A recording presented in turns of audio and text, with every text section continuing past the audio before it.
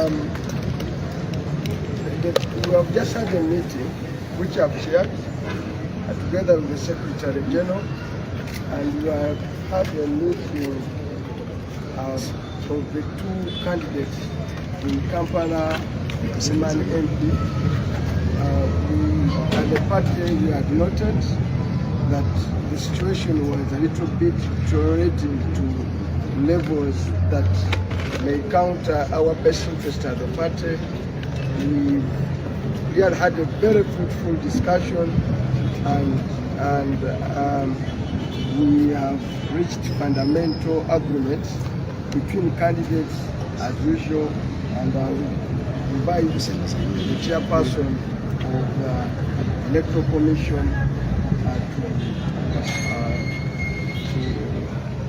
to come and speak to us about the outcome of the meeting. Madam Munganda, tubadde ne meeting olwaleero ku makya. Tubadde ne meeting olwaleero ku makya nga twogera ku nsonga ddala ekutte akati mu Kampala. Bano abakulu bonna bamemba ba party, Honorable Shamil Malembe, Zahara Lulika, bakaada balungi ab'ekibiina, naye kampeyini ebadde ekutte akati wano mu Kampala ebadde etuuse okutandika okukosa ekibiina nga abawagizi baffe beetemyemu batandise okwogera n'okulayira buli omu okufiira ku munne. So ne tusalawo tubayite twogere namu. Pulezidenti yatusabye twogere nabo, be twogedde nabo tubasabe tuke kunzikiriziganya. So tulina bye tutuuseeko nabyo, abakulu bano tubeebaza. Bye tugenda okusaba chairperson waffe w'akakiiko k'ebyokulonda ajja abituyitiramu, bye tukaanyizaako nti bye tugenda mu maaso bagenda kubiyimirirako, okubitambulirako, obutabivaako, obutaddamu kuwuliza ebyo bibadde bigenda mu maaso. Ansabe chairperson waffe tusazeeyo. Good morning, members of the press and Ugandans at large. We had noticed a very toxic environment between the two ladies who are running for the woman member of parliament of Kampala. So we had a meeting this morning, a very fruitful meeting.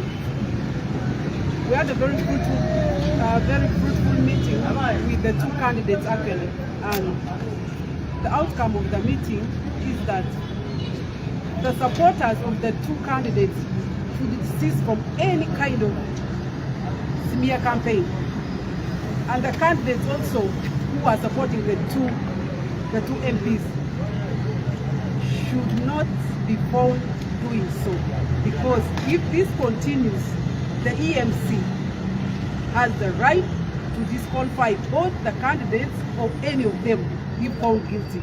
And it will not only stop at these two candidates, even the supporters who are also candidates and fueling the fight between the two camps, they will also be disqualified, depending on who is found guilty. It may not be the two of them, like I have said, but any other candidate who is fueling the fight. This is not good for our party, and it's not good for Uganda at large. So we highly condemn what has been happening, and this is not a do or die campaign. The two girls you see, the two ladies you see here are our sisters, and they are members of NUP. So none of them is above the other. This is just a campaign. At the end of the day, once the flag bearer emerges, then life continues. Then the other one would be, will have no reason not to support the person the party has chosen. So please, members out there, just know around this time there are also people who are using that to fuel more fights between the two of you. These ladies are not the cause of the fight, but the supporters out there. And also the regime is using other people to fight us using the two ladies. And now we are concentrating on this as they are taking over Kampala. So please, members out there, do not allow this to happen. But if it continues, like I have said, we have no right, but we shall disqualify either of them or the two of them, and also the other candidates who are out there and found guilty. Thank you so much.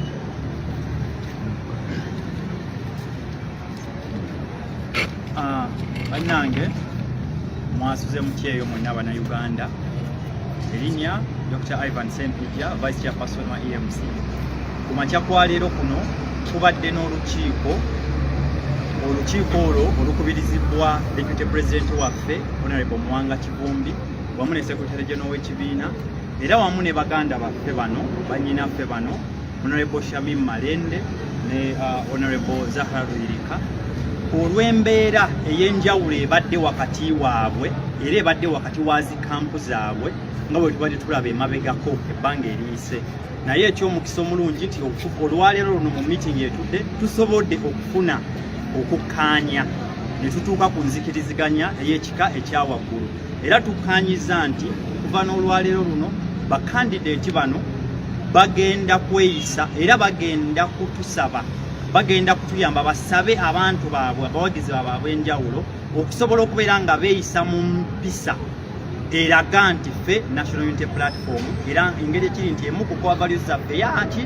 ya mpisa kaakati era tusazeewo ne tugamba nti bano bombi kampu zaabwe ez'enjawulo bwe banaagenda mu maaso n'embeera eno ffe ng'akakiiko k'ebyokulonda tujja kuba tebatulekedde kusalawo kuki kulala okuggyako okufulumya bombi okuba disqualifyinga mu lwokaano luno oba okudisqualifyinga omu ku bo nga anaabasangibwa ng'omusango gukoze eki ng'omusango gumusinze era tetujja nakoma ku ekyo olw'ensonga waliyo ne bakandideeti abalala abeesimbyewo mu bitundu ebyenjawulo wano mu Kampala nga balonda enjuyi agwa ku ludda lumu oba oludda olulala nga bakozesa emitimbagano gyabwe egy'enjawulo bakozesa influence yaabwe okulaba nga bongera okugabanya mu bantu bano eno era nabo bwe tunaaba tumusanze ng'aligirudde ng'era candidate naye tujja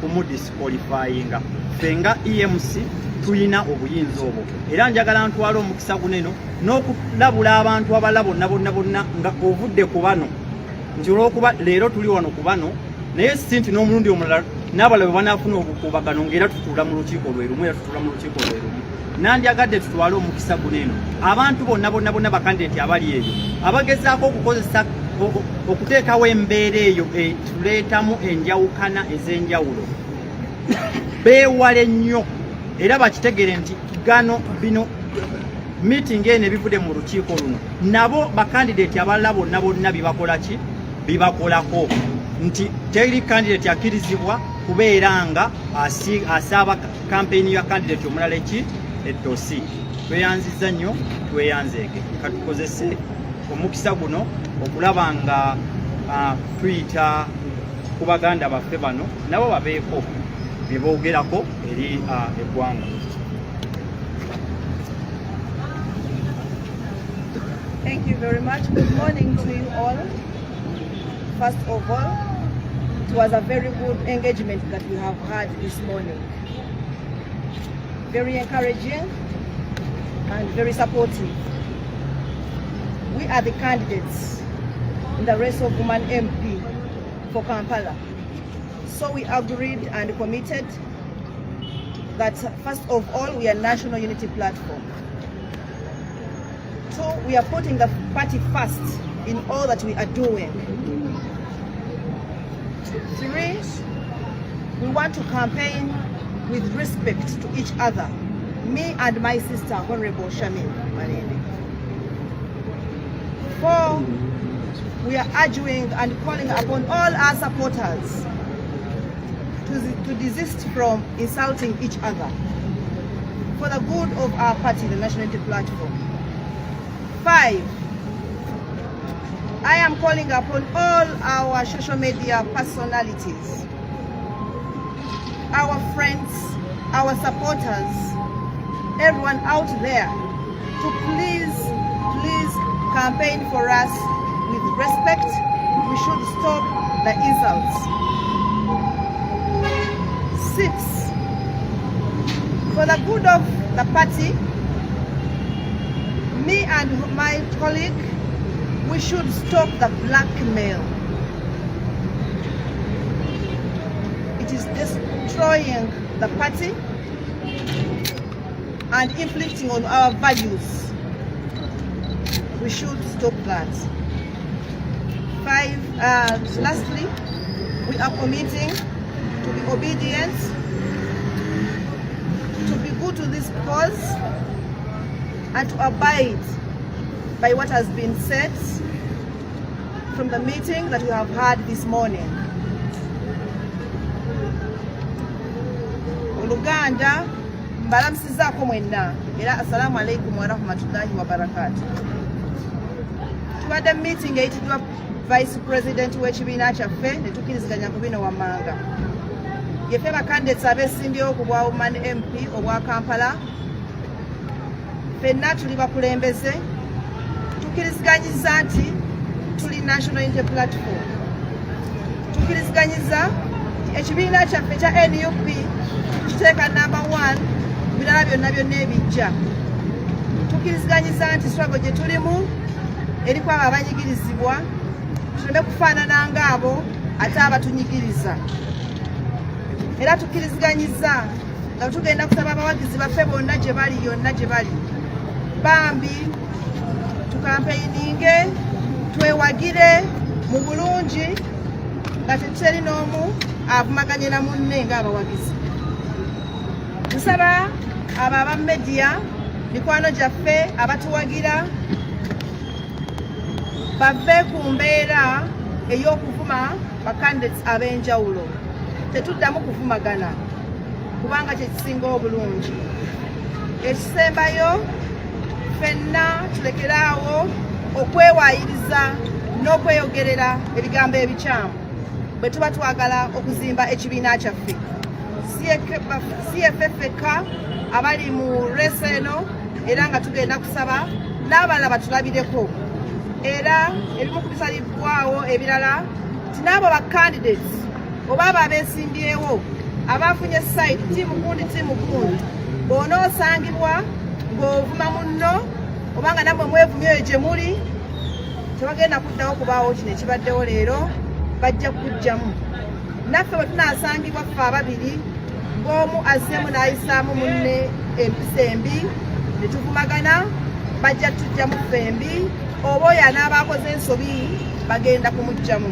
Mwebale nnyo, mwebalire ddala. Nsaba emirembe n'obwekanya bibeere mwene ensonga.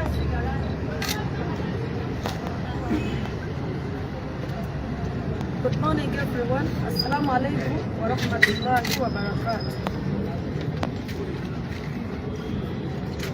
I want to thank the leadership of the party for this engagement. It is true we've had an engagement this morning that has been fruitful, and I'm not going to repeat everything because the Deputy President, the Chairperson of EMC, and the Deputy has spoken it all, including the Honorable Speaker. So my emphasis would be that we have agreed to engage in this campaign with total respect. We have agreed that each camp should campaign with respect. We should stick to the values of our party, because without the party, then there is no hope for a new Uganda. We should focus to achieving the main goal, which is to take us to the promised land by leading our President, Kyagulanyi Ssentamu, to victory. That is what all Ugandans are waiting for. Being members in the party, we treat each other as sisters. We see each other as sisters, and we feel there is really no need for this ceremony. So kindly, we have agreed with my sister in the presence of these leaders that we shall not encourage from her side or from my side personal attacks trying to demean anyone of us. The unjustified attacks should not continue. And we want to urge all our supporters and the media to always report accurately.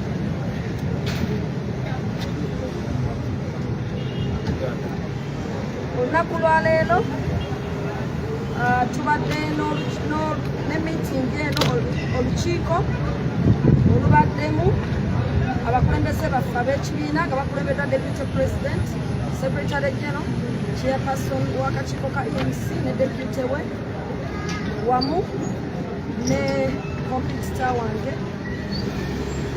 Tuli basanyufu nti tusobodde okwogera ku nsonga nnyingi naye ng'okusingira ddala tusoosowaza ekibiina kyaffe ekya National Unity Platform. Sigenda kubiddamu byonna kubanga ebisinga obungi Chairperson w'akakiiko abyogedde wamu ne Deputy President ne Deputy wa EMC. Naye ng'ensonga esingako obukulu tupangiza nti ng'olwokaano luno lugenda mu maaso olw'ekifo kya Women MP Kampala, buli kampu yonna efube okulaba nga terumbagana kinnaayo olw'okweyagaliza ekifo.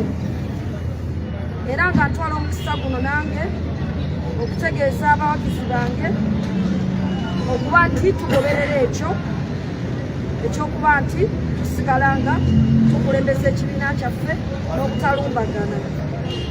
Kimanyi bulungi nti kampu ya munnange nabo bagenda kukola ekyo kyennyini kuba Uganda kyesinga okwetaaga. Tusazeewo ng'era bwe kibadde kiri tulina okukulembeza Uganda empya kubanga ekisinga obukulu mu Uganda abantu baagala victory oba obuwanguzi obubatwala mu ntebe ennene. N'olwekyo tusazeewo okubeera nga n'abawagizi baffe twogera nabo era n'okubeera nti tuba encouraginga okuba nti buli omu awagire gw'awagira kuba alina eddembe lye, naye tewali alina buyinza kutuula wantu wonna navoola candidate omu olw'okuba nga alwanirira owuwe. Ekyo tugenda kusitiikingako era tukikolereko. Njagala okutwala omukisa okubogerako n'abamidiya okubategeeza titubasaba okuba nga mulipootinganga mu bulambulukufu buli kimu abantu basobole okwesalirawo ku ebyo bye balaba ebituvaamu. Mwebale nnyo. Okay, two small clarification. One, inherently campaigns are disagreements. Wherever you see people competing, they have disagreements.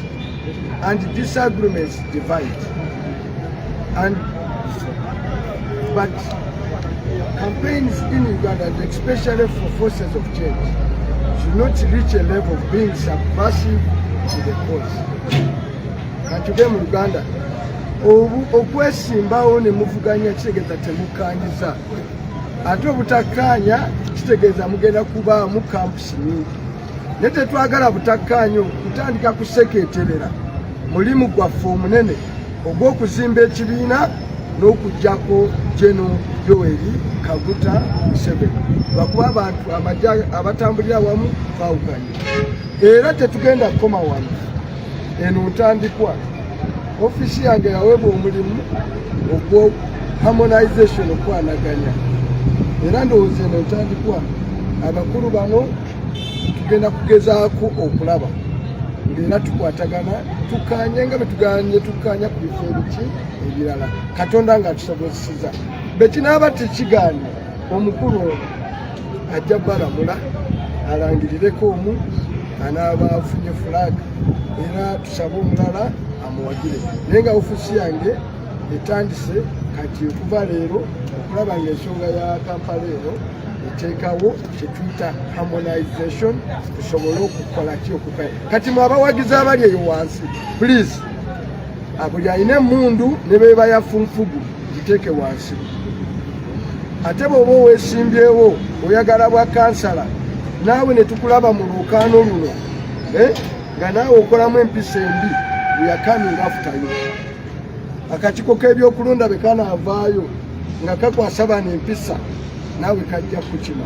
Era bano bwe bataakomye ekibiina kino kigagga bombi bano kijja bajjawo tufune omuntu omulala badde mubayite wano nomination tufune candidate omuki omulala ababiri bakole ki baveeyo. We can't lose because of one seat eye Kampala. No one should shed blood. Tuli mwana waffe agenda kufa kwekubagana lwa kifo kimu ekyaki mu Kampala. N'abalala n'abawa foot soldiers n'abalala tubasaba mwenna mukakkane nga 15 nga ziwedde 16 tujja kuba tufunye omuntu omu agenda okubeera memba waki wa parliament ate yajja okuwangula kyekirungi. N'olwekyo tubeebaza era tusabye bano kyebatabagambye batandika okweweerezaayo mu WhatsApp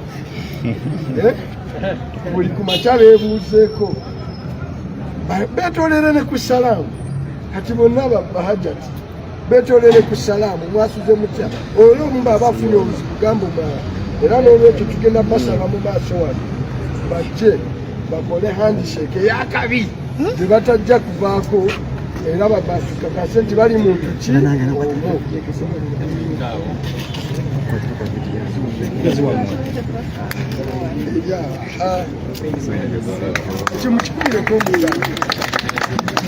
People power, people power, NUP everywhere, NUP. People power is our power is real power. NUP is our party, Kyagulanyi is our president.